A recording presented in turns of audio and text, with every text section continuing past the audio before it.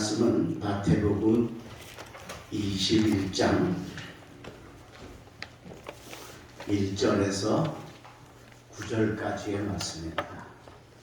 마태복음 21장 1절에서 9절까지의 말씀, 우리 한 절씩 교독하는데 제가 먼저 1절을 읽습니다.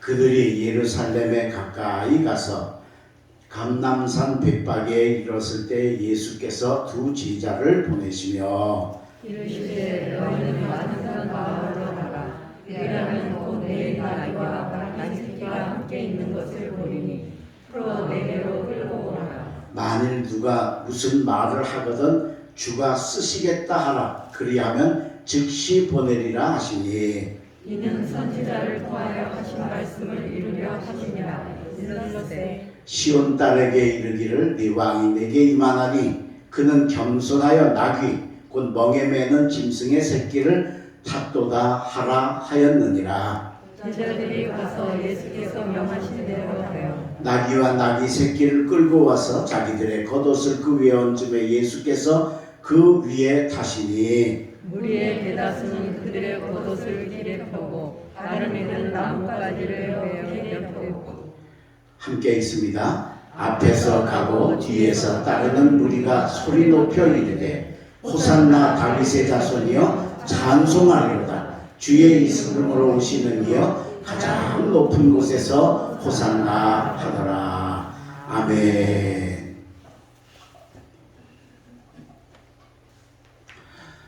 오늘도 주님 전에 오신 우리 사랑하는 독립교회 성도 여러분들에게 하나님의 큰 은혜와 사랑이 함께 하시기를 주의 이름으로 축원합니다. 예수님께서 예루살렘을 향해 가시다가 벳박의 마을에 이르러서 제자들에게 명을 내리셨습니다. 너 가다가 보면 물동이를 이고 가는 사람을 만날 거다. 그 사람을 따라가면 나귀가 매 있는 걸 볼 테니 그 나귀를 가서 끌고 오너라. 혹시 누가 왜 남의 나귀를 마음대로 끌고 갑니까? 그러거든 주께서 쓰시겠다고 그래라. 그래서 제자들이 가서 나귀를 그대로 끌고 왔습니다. 아직 나귀의 안장 이런 것도 없으니까 제자들이 겉옷을 벗어서 임시 안장을 만들고 예수님이 타시고 예루살렘 성에 입성을 하셨는데 이 모습을 보고 예루살렘 성 사람들이 메시아가 오셨다고 종려나무 가지를 꺾어서 흔들면서 열렬하게 주님을 환영해서 주님이 맞이하게 되었고, 그리고 거기서 이제 그 예루살렘 성에 들어가신 후에 이제 닷새 만에 십자가에 달려 죽으시고 우리의 구원을 완성하셨습니다. 바로 그 종려나무 가지를 꺾어 흔들며 환영했던 날을 종려주일이라고 그러는데 그게 이제 다음 주일날입니다. 그리고 이제 그 다음 금요일날 십자가에 달려 죽으시고 그 다음 주일날 부활하셔서 우리에게 부활의 기쁨을 주셨습니다. 예수님이 이 종려주일에 예루살렘 성을 들어가시는 이 모습은 바로 예수님이 십자가를 향해서 가는 길이었습니다. 지금 우리가 사순절인데 이 사순절은 바로 그 예수님의 발자취를 되새기고 우리도 그 발자취를 따라가는 거라고 볼 수가 있습니다. 그래서 오늘 우리가 예수님을 본받아서 우리 예수님이 예루살렘을 향해서 들어가시면서 그 종려주일을 지키신 그 모습을 함께 생각하면서 우리도 그렇게 걸어가야 되겠구나 하고 예수님의 발걸음을 다시 한번 본받으시는 독립교회 성도들 되시길 주의 이름으로 축원합니다. 그럼 예수님이 어떤 발걸음으로 가셨는가? 오늘 제가 세 가지로 말씀을 드리겠습니다. 제일 첫 번째는 고난을 정면으로 돌파하시는 예수님이십니다. 고난을 피해 가신 게 아니라 뚫고 지나가셨다는 겁니다. 오늘 본문 1절 그들이 예루살렘에 가까이 가서 감람산 벳박에 이르렀을 때 예수께서 두 제자를 보내시며 그랬습니다. 예루살렘에 가까이 오셨다는 겁니다. 저 갈릴리 쪽에서 계속해서 예루살렘 쪽으로 가까이 오셨다는 거지. 근데 그 예수님이 그 예루살렘에 오셨다는 건 이미 예수님은 자신이 예루살렘에서 죽으실 걸 알고 계셨습니다. 그런데도 피하지 않고 이 길을 지금 오신 겁니다. 근데 가만히 조용히 들어가셔도 되는데 나귀를 타고 들어가셨습니다. 왜냐하면 이스라엘 사람들의 그 머릿속에는 메시아가 오신다는 걸 항상 기억하고 있는데, 그 메시아는 멍에 매지 않은 나귀를 타고 입성하신다고. 그래서 예수님 모습을 보고 열렬하게 환영하게 되고 온 성이 발칵 뒤집히는 사건이 일어난 것. 이걸 왜 예수님이 하셨을까?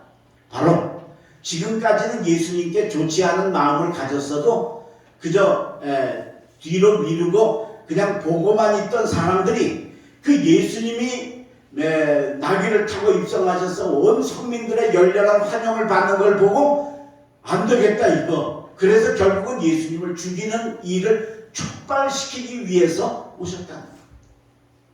그 예수님은 피해 가신 게 아니라 이 고난을 전면 돌파하신 게 바로 십자가의 길이다. 오늘 우리 사랑하는 독립교회 성도 여러분, 여러분이 신앙생활 하시다가 고난이 오고 어려움이 올 때 두려워하지 마시고 담대하게 돌파하시기를 주의 이름으로 축원합니다. 그게 신앙생활입니다. 그게 십자가의 길이고 그게 예수 믿는 길입니다. 우리는 어떻게 하든지 고난을 피해가려고 해요. 조금만 어려우면 뭐 못하겠다 안 하겠다 소리부터 먼저 하고 어떻게 피하고 누가 안 해주는가 하고, 이건 절대로 우리 크리스찬들이 걸어갈 길이 아닙니다. 예수님은 죽음을 향해서 예루살렘 올라가시고, 그리고 그냥 조용히 들어가셔도 되는데 굳이 나귀를 타고 들어가셔서 예루살렘 성을 완전히 뒤집어 엎어 놓으시고 결국은 그로 인해 자신이 십자가에 달려 죽으시는 길을 담대하게 돌파하며 갔다는 것입니다. 고난이 우리가 왜 피합니까? 고난이 힘들고 어렵잖아. 아픈 거 좋은 사람이 있어요? 아픈 거 좋은 사람은 아무도 없어요. 하지만 바늘에 요만큼만 찔려도 우리가 아따고 그러고 얼마나 힘들고 어려운 거예요. 그게 고통이고 고난이잖아요. 근데 이거 너무 우리가 힘들고 어렵기 때문에 자꾸 피하려고 하는데, 우리가 이걸 아픔과 고통을 두려워하지 말고 돌파하면 그 뒤에는 바로 놀라운 구원과 은혜가 임하는 줄로 믿습니다.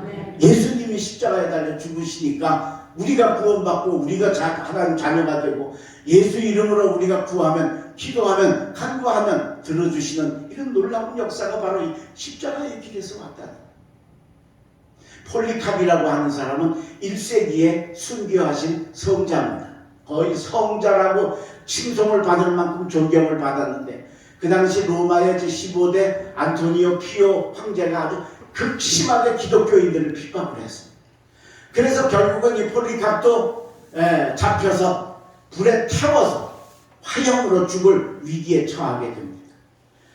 그래서 이제 화형장 앞에 이 폴리캅이 끌려왔습니다. 그때 이 폴리캅이 인품도 훌륭하고 신앙생활도 훌륭하고 삶도 훌륭해서 너무 많은 사람들이 존경하고 좋아했다고 그래요. 총독도 어떻게 하든지 이 폴리캅을 살리고 싶은 거예요. 그래서 폴리캅에게 얘기를 했답니다. 당신이 여기서 그냥 한 번만 예수를 부인하거나 예수를 저주하면 저 화형장 안 가고 살 수 있는데 한 번만 내 앞에서 해라. 거의 애원하다시피 했다는 거. 근데 폴리캅이 그때 빙그레 웃으면서, 그 당시에 거의 90세에 가까운 노인이셨다고 합니다. 내가 80여 년을 예수를 믿었는데 지금까지 한 번도 예수님은 나를 배신하지 않으시고 배반하지 않으시고 나에게 어려움을 안 주셨는데, 내가 이제 살 날이 며칠 남았다 그 목숨 구하려고 내가 여기서 그 주님을 내가 배반하고 배신하겠습니까? 나는 그렇게 할 수 없습니다. 그리고 끌려간 게 아니라 자기 발로 걸어서 화형장 안에 들어가서 불에 타서 죽어서 순교했습니다. 이게 2000년 전 일입니다. AD 660 몇 년도에 일어난 일인데, 이게 2000년이 지난 지금도 폴리캅 그러면 순교자라. 더 놀라운 거는 이 폴리캅이 순교한 교회가 서머나교회입니다. 요한계시록에 보면 아시아 7교회가 나오죠. 필라델피아 교회, 서머나 교회, 뭐 사대교회, 뭐 이런 교회들이 쭉 나오는데, 그 7교회 가운데 이 서머나 교회가 여기에 포함이 되어 있는데, 여기가 어디냐면 지금의 터키입니다. 터키는 100% 이슬람 국가입니다. 100%. 99%도 아니고 100%. 그러니까 거기 가보면, 저도 여기 가서 성지순례 가서 이 7교회들을 찾아봤는데 전부 기둥만 남아있고 폐허예요. 정말 황량하기가 이루 말할 수 없어요. 그런데 이 서문학교에만, 지금의 이즈미르 여현이라고 하는 곳인데, 여기에 있는 이 서문학교에만 지하에 서 있는데 지금도 이 교회가 존재한다는 거. 이게 어떻게 가능할까? 100% 히람 나라에서 교회가 어떻게 존재가 가능할까? 폴리캅 때문에, 그 아름다운 희생과 고난을 돌파하는 삶이 아름답기 때문에 이게 2000년을 지나오면서 그 신앙이 유지되어지는 놀라운 열매를 이루게 된 줄로 믿습니다. 오늘 여러분, 고난을 두려워하지 마시길 바랍니다. 고난을 돌파해서 극복하고 이겨나가시는 우리 독립교회 성도들 되시길 주의 이름으로 축원합니다. 두 번째, 예수님이 가신 길은 어떤 길이냐? 빌려 쓰시다 다 주고 가신 길입니다. 예수님은 이 세상에 오셔서 하나도 자기 게 없으셨어요. 나실 때도 동정녀 마리아의 몸을 빌려 나시고, 세상에 태어날 때도 누울 데가 없어서 베들레헴 어느 집에 마구간에 말구유를 빌려서 거기 나셨어요. 얼마나 예수님의 삶이 힘들고 어려웠는지 예수님이 이런 말씀을 하셨어요. 여우도 굴이 있고 공중에 나는 새도 깃들일 곳이 있도되 인자는 머리 들 곳이 없도다. 어디 가서 편히 머리 한번 대고 누울 자리가 없는 그런 삶을 예수님이 사셨어요. 그러다가 드디어 예루살렘 성에 들어가시게 됩니다. 그때 저 벳박의 마을에 이름 없는 어떤 사람의 나귀를 빌려 타시고 예루살렘 성에 입성하십니다. 오늘 2절입니다. 이르시되 너희는 맞은편 마을로 가라. 그리하면 곧 매인 나귀와 나귀 새끼가 함께 있는 것을 보리니 풀어 내게로 끌고 오라. 만일 누가 무슨 말을 하거든 주가 쓰시겠다 하라. 그리하면 즉시 보내리라 하시니 이는 선지자를 통하여 하신 말씀을 이루려 하심이라. 나귀도 빌려 타고 입성을 하셨습니다. 그래서 그의 그 일생의 삶이 빌려 쓰는 삶이셨습니다. 그러다가 십자가에 달리셔서는 다 주고 가셨습니다. 물 한 방울 피 한 방울 가시면류관을 쓰시고 고통을 당하시면서 그 고통 속에서 어려움 가운데 가셨습니다. 모든 것 주시고 가신 분이 바로 예수님의 삶입니다. 그 우리의 가장 바람직하고 아름다운 삶은 뭐냐? 빌려 쓰다가 나눠주고 가는 삶이 최고의 삶인 줄로 믿습니다. 우리가 지금 이 지구를 빌려 쓰다가 우리 후손에게 물려준다고 하는 얘기가 나온 게 얼마 안 됩니다. 이제는 예수 안 믿는 사람도 빌려 써야 된다는 걸 아는 시대가 온 겁니다. 참 우리가 요즘에 이 기후를 보면 참 상상을 할 수가 없는 변화가 일어났잖아요. 옛날에는 여기 이 충청도 지역에 무슨 대나무가 있었어요. 대나무가 어떻게 살았어요? 못 살았어요. 저 남쪽 전라도나 경상도 가야지 이 아래는 없었어요. 근데 이제는 다 올라오고 이제 뭐 서울도 대나무가 잘 자랍니다. 이게 그만큼 기후가 이제 이게 변했던 것이고, 그로 인해서 오는 여러 가지 이 현상들은 정말 뼈저리게 우리가 이 지구를 오염시키고 잘못되게 하면 안 되겠다고 하는 걸 느끼고 사는 삶. 그 예수님은 2000년 전에 벌써 빌려 쓰시고 다 나눠주시고 가는 삶을 사셨다는 거예요. 오늘 여러분 빌려 쓰고 나눠주신 예수님의 삶을 본받으시기를 주의 이름으로 축원합니다. 그게 우리가 걸어갈 삶이라는 겁니다. 서울 남대문 교회의 남집사님이라는 분은 이북에서 월남을 하신 분인데 넘어올 때 아들하고 단 둘이 오다가 폭격을 만났습니다. 그래서 그 경황에 막 아수라장이 돼가지고 거기서 아들을 잃어버렸습니다. 5살짜리 아들을 손잡고 오다가 그 아들을 잃어버린 거예요. 그게 뭐 엄마 마음이 어떻겠나? 뭐 우리가 상상이 되겠죠? 거의 뭐 미친 사람처럼 아들 찾다가 못 찾고 서울에 왔는데 와서도 이제 그냥 아들 찾으러 다녀야 되는데 우선 먹고 살아야 되잖아요.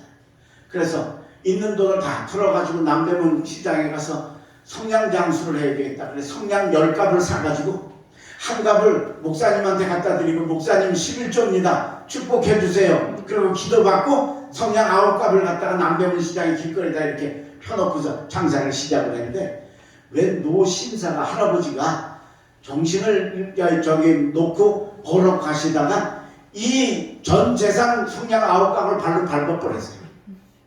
남의 재산 전부를 다 밟아버렸어요. 아이고 영감님 왜 이러세요? 내 건 이거 어떻게 해요? 그분이 딱 보더니 아이고 이거 어떡하나, 이거 내가 6.25 때 아들을 잃어버려가지고 아들이 죽어가지고 아들 생각하다 보면 넋을 잃고 자네 이걸 밟았네. 이건 자네 전 재산을 이거 상하게 해서 어떡하나. 이게 전 재산인데 이게 목숨 줄인데, 그죠? 이걸 다 저기 망하게 해놨으니 어떡합니까? 그럼 뭐 물어내라든지 화를 내야 되잖아요. 근데 이 남집사가 그러네. 아이고 뭐 그러시다가 그랬으면 할 수 없지요. 뭐 괜찮아요. 그랬다는 겁니다.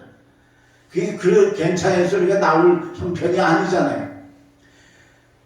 성냥 9갑 놓고 사는 사람, 장사하는 사람 처지가 어떤가는 그냥 안 봐도 뻔하잖아요. 이 사람이 얼마나 어려운가.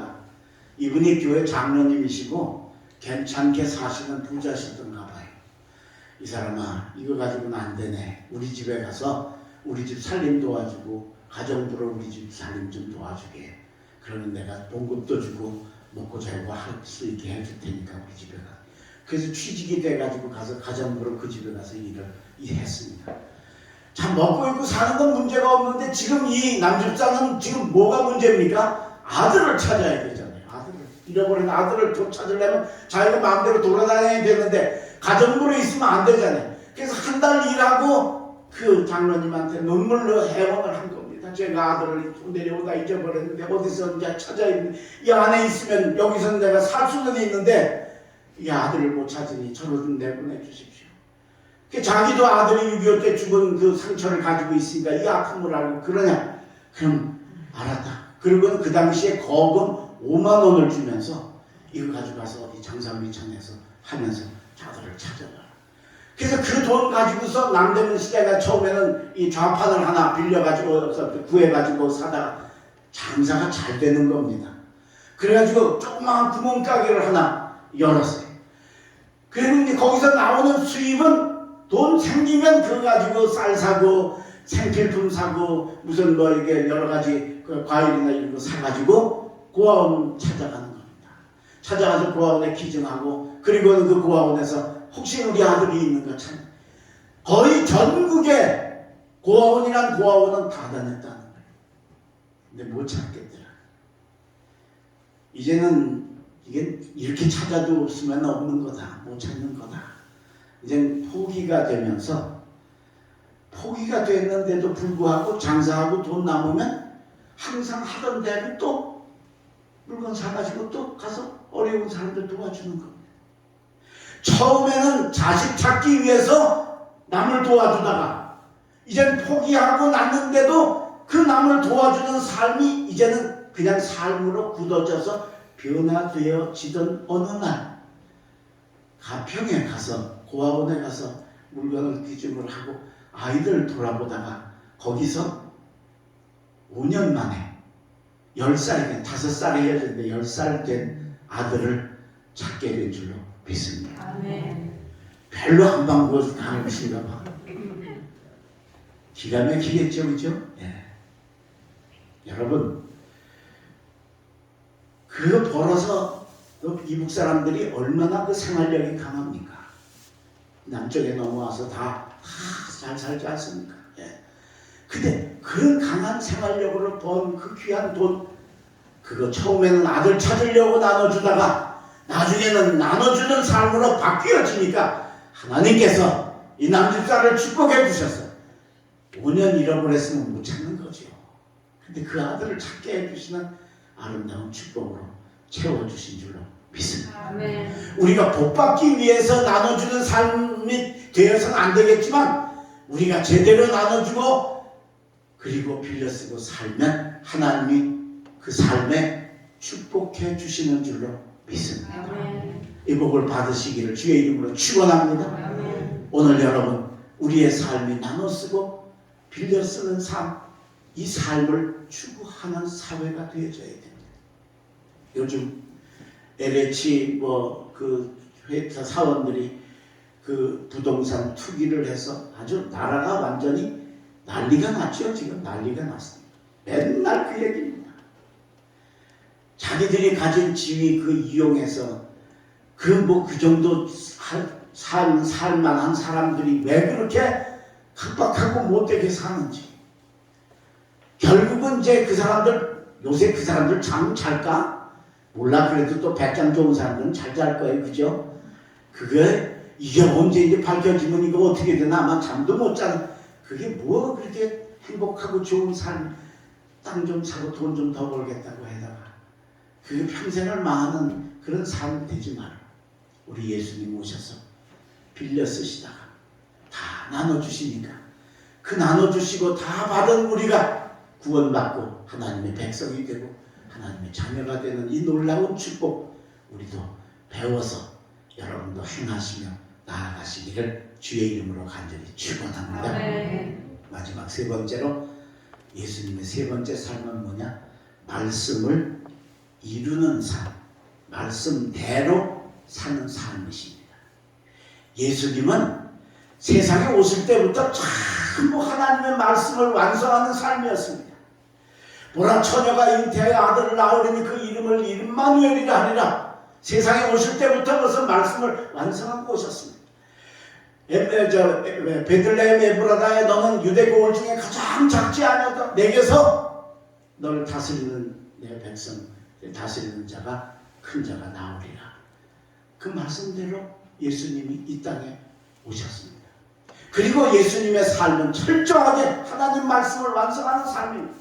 오늘 이 나귀를 타고 들어가시는 것도 이게 예수님이 안 하시려고 하다가 어쩌다 하신 게 아니고 이것도 하나님의 말씀이기 때문에 이걸 하셨다는 겁니다. 자, 오늘 본문 8절입니다. 시온 딸에게 이르기를 네 왕이 내게 임하나니 그는 겸손하여 나귀 곧 멍에 매는 짐승의 새끼를 탔도다 하라. 그랬어요. 나귀를 타고 입성하시리라 하는 걸 선지자를 통해서 하나님께서 스가랴 선지자를 통해서 약속하셨는데 그 말씀을 예수님이 이루시기 위해서 나귀를 빌려 쓰시고 들어가시게 되었다. 그뿐만입니까? 결국 십자가에 달려 죽으신 것도 바로 하나님의 말씀을 그대로 이루신 겁니다. 이사야서 53장 5절 저가 찔림은 우리의 허물을 인하며 저가 상함은 우리의 죄악을 인하며 저가 징계를 받음으로 우리가 평화를 누려 저가 채찍에 맞음으로 우리가 나음을 얻었느니라. 할렐루야. 창과 못에 찔리시고 몸이 막 상하시고 그런 징계를 왜 예수님이 받으세요? 그 징계 그대로 받으시고 채찍에 온 몸이 다 기운을 차릴 수 없을 정도로 맞아 피투소리가 되는 그 아픔을 감당하신 이유가 뭐냐? 그게 다 하나님 말씀이 되었기 때문에 그대로 예수님 완성하고 이루셨다. 그렇게 해서 십자가의 길을 걸어가고 그 말씀대로의 삶을 걸어가시니까 그분이 흘린 보배 피로, 그분이 찔린 못과 창으로, 그분이 쓰신 가시면류관으로 우리가 구원을 받고 우리가 위로를 받고 그 이름에 우리의 마음의 평안을 얻는 축복이 임하게 된 줄로 믿습니다. 사랑하는 독립교회 성도 여러분, 말씀대로 사시기를 바랍니다. 요즘에 우리가 성경 읽기에 힘쓰고 계시죠? 어쩌다 어떻게 하다 보면 너무 그냥 읽기에만 급급할 때가 많습니다. 잘 읽는 것도 중요하지만 그 말씀을 행하는 일도 중요하다. 여러분, 성경에 하라는 건 목숨 걸고 하시길 바랍니다. 성경에 하지 말라는 건 하지 마세요. 거기 가오장 놓고 내 주장 해가지고 내 생각에는 이러고 우리가 거기 가면 그건 결코 우리가 하나님의 사랑을 받을 수 있는 길이 못 되는 거예요. 그리고 우리가 말씀대로만 살면 하나님이 구원의 역사도 이루어 주시지만 우리의 삶의 이 땅에서도 놀라운 기적으로 역사해 주실 줄로 믿습니다.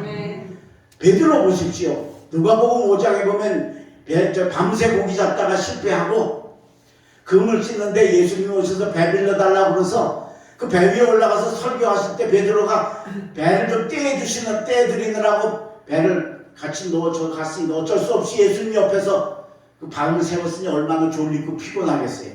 근데 말씀을 들은 겁니다. 그때 예수님께서 깊은 데 가서 그물을 내려 고기를 잡으라 명령을 하십니다. 그때 베드로가 이렇게 얘기하죠. 선생님, 우리가 밤이 새도록 수고하였으되 얻은 것이 없지만 말씀에 의지하여 그물을 내리리이다. 할렐루야. 아멘. 뭐에 의지하여? 말씀에 의지하여. 말씀대로의 삶이었다는 겁니다.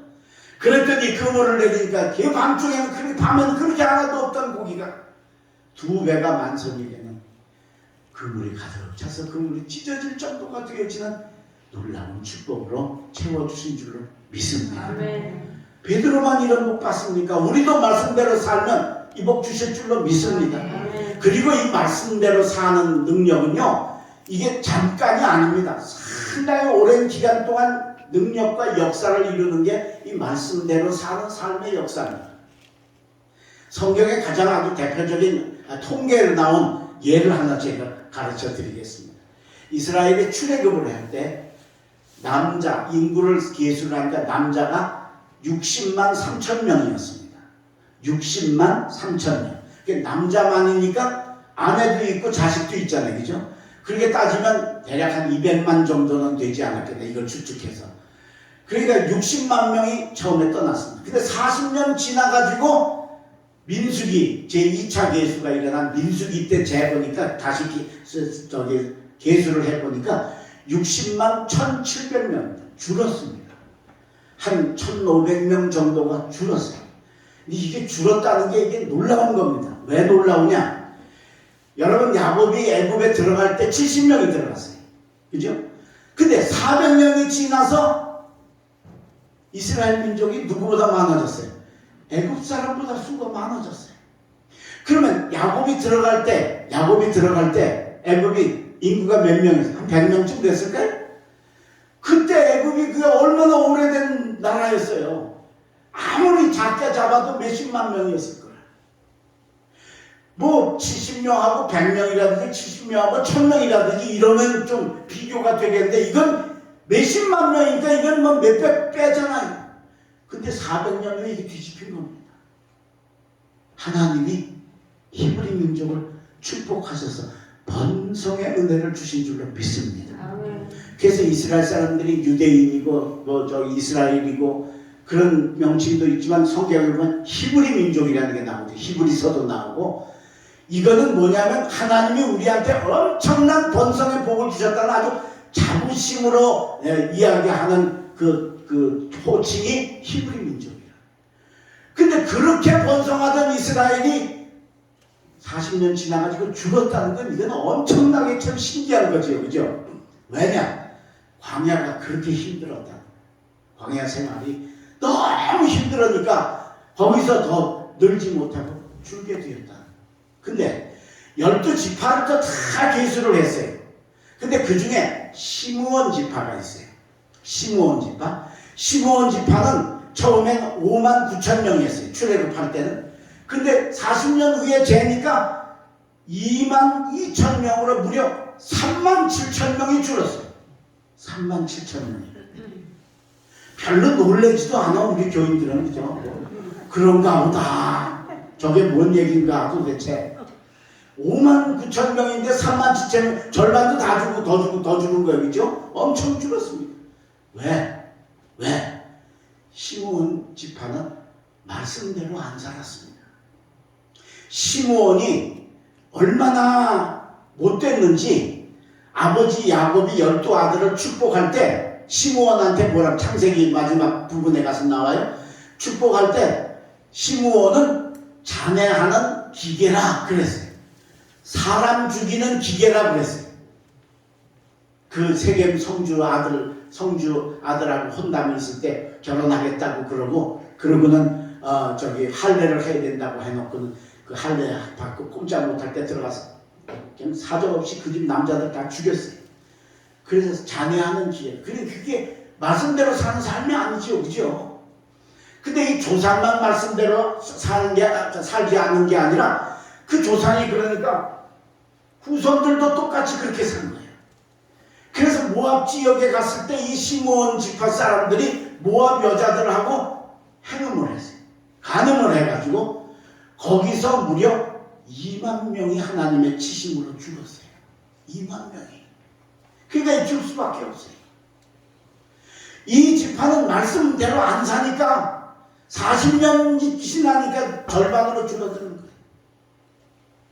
다른 지파는 조금 줄거나 그저 현상 유지했는데 이 지파만 이렇게 폭삭 망했어요. 그런데 대비되는 또 한 지파가 있는데 그게 므낫세 지파입니다. 므낫세 지파. 므낫세 지파는 처음에 출발할 때는 32,200명이었어요. 32,200명. 그런데 40년이 지나서 재니까 52,700명으로 무려 2만 명이 증가를 합니다. 딴 지파는 다 늙지도 않고 그대로 이 시므온 지파는 막 절반이 없어졌는데 이 지파만 배로 드는 거예요. 갑절의 복을 받았다는 거예요. 왜요?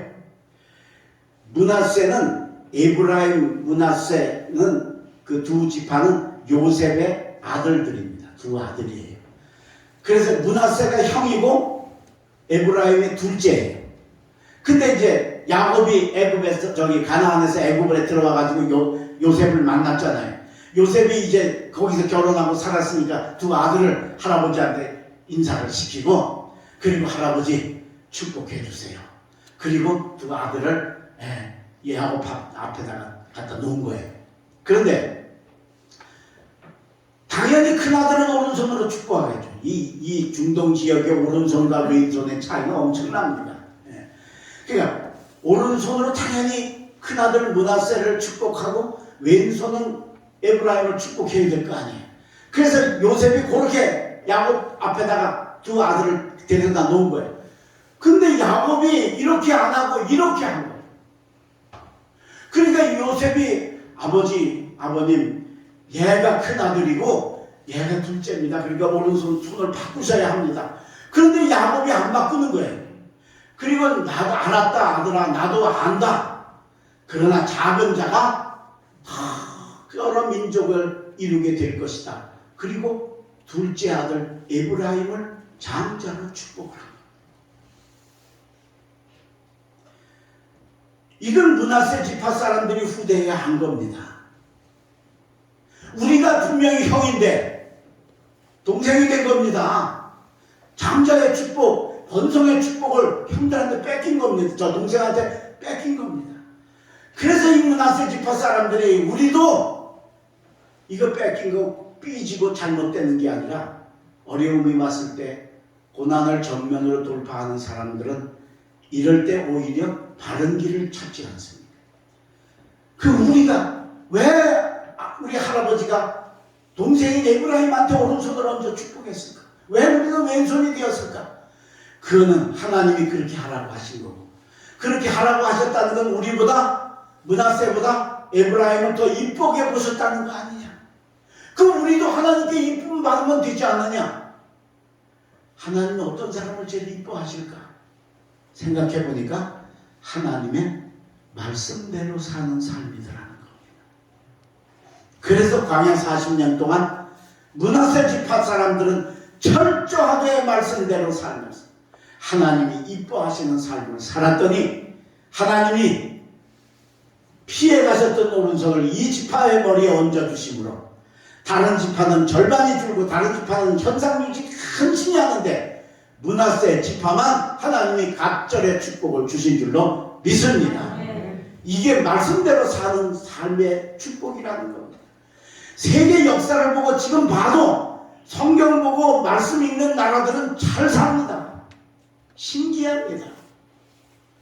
성경 안 보고 하나님 안 믿는 나라들은 못 삽니다. 석유가 나도 가난합니다. 그 참 이상합니다. 오늘 여러분 하나님의 말씀대로 사시기를 바랍니다. 아멘. 예수님이 바로 그 길을 걸어가시고 그 길을 걸어가시면서 고난을 돌파하시고 그 다음에 빌려 쓰다가 나중엔 다 죽어가시고 마지막엔 말씀을 완성하고 이루며 사시는 길을 걸어가기 위해서 결국은 이 세상을 구원하시고 우리를 구원해 주신 줄로 믿습니다. 아멘. 저와 여러분 그 길 걸어가야 될 줄로 믿습니다. 아멘. 그래서 예수님은 누구든지 나를 따라오려거든 자기를 부인하고 자기 십자가를 지고 나를 쫓을 것이니라. 할렐루야. 십자가를 지는 게 뭐예요? 말씀대로 사는 삶입니다. 그렇게 살면 하나님이 우리들에게 므낫세의 복으로 채우시고 역사해 주실 줄로 믿습니다. 아멘. 이 사순절, 고난주간, 부활주일, 종료주일 맞으면서 다시 한번 예수님이 걸어간 이 세 길을 가슴에 새기시고 여러분도 같이 걸어가시는 독립교회 성도들 되시길 주의 이름으로 축원합니다. 아멘. 기도하겠습니다. 하나님 감사합니다. 오늘 저희들에게 예수 그리스도께서 종려주일에 예루살렘으로 들어가시는 길을 가르쳐 주셨사오니 지금 저희가 사순절을 지나고 종려주일을 지나고 고난주간을 지나 부활주일을 다 지나가는 절기 속에 있는데 우리도 그 예수님이 걸어가신 십자가의 길 본받아 걸어가게 하여 주시옵소서. 고난이 힘들고 어렵지만 피해가지 않게 하시고 정면으로 돌파하는 저희들에게 용기와 믿음을 허락하여 주시옵소서. 돌파할 때 힘들더라도 하나님이 우리를 붙들어 주셔서 이기게 하여 주시옵소서. 우리 예수님 평생 빌려 쓰시고 그리고 마지막에는 물과 피 한 방울도 남김없이 주고 가셨던 그 아름다운 희생과 헌신의 삶 우리도 배워 우리도 그렇게 헌신하고 빌려 쓰고 나누어 주고 사는 삶 살게 하여 주시옵소서. 말씀을 이루는 삶을 사셨던 예수님 그 말씀 하나도 비껴가지 않으시고 완성하셨던 예수님 주여 우리도 그거 본받아서 우리도 우리 십자가를 지고 말씀대로 사는 저희들 되게 하여 주시옵소서. 말씀대로 사는 삶이 쉽지 않아도 행할 수 있게 하시고 말씀대로 사는 삶이 어려워도 낙심하지 않게 붙들어 주셔서 오늘 우리에게 가르쳐 주시니 므낫세의 놀라운 축복이 우리와 우리 가정에도 임하게 허락하여 주시옵소서. 주님 이제 돌아가서 한 주간 남은 반 주간도 살 때 하나님 동행하여 주시고 함께하여 주시고 그리고 잘 지나고 주일날 주님 전에 와서 하나님께 영광 돌리는 우리 아름다운 이 주간이 되게 도와주시옵소서. 특별히 간구하옵기는 주님 우리 교우들 중에 아픈 사람들 어려운 사람들 힘든 사람들이 있습니다. 일일이 찾아가 주시고 손을 얹어 주시고 안수하여 주시고 축복하여 주셔서 아픔을 이기게 하시고 어려움을 극복하게 하시고 맺힌 매듭들이 풀려지는 놀라운 역사가 나타나게 하여 주시옵소서. 감사하며 예수 그리스도 이름으로 기도 올리옵나이다. 아멘.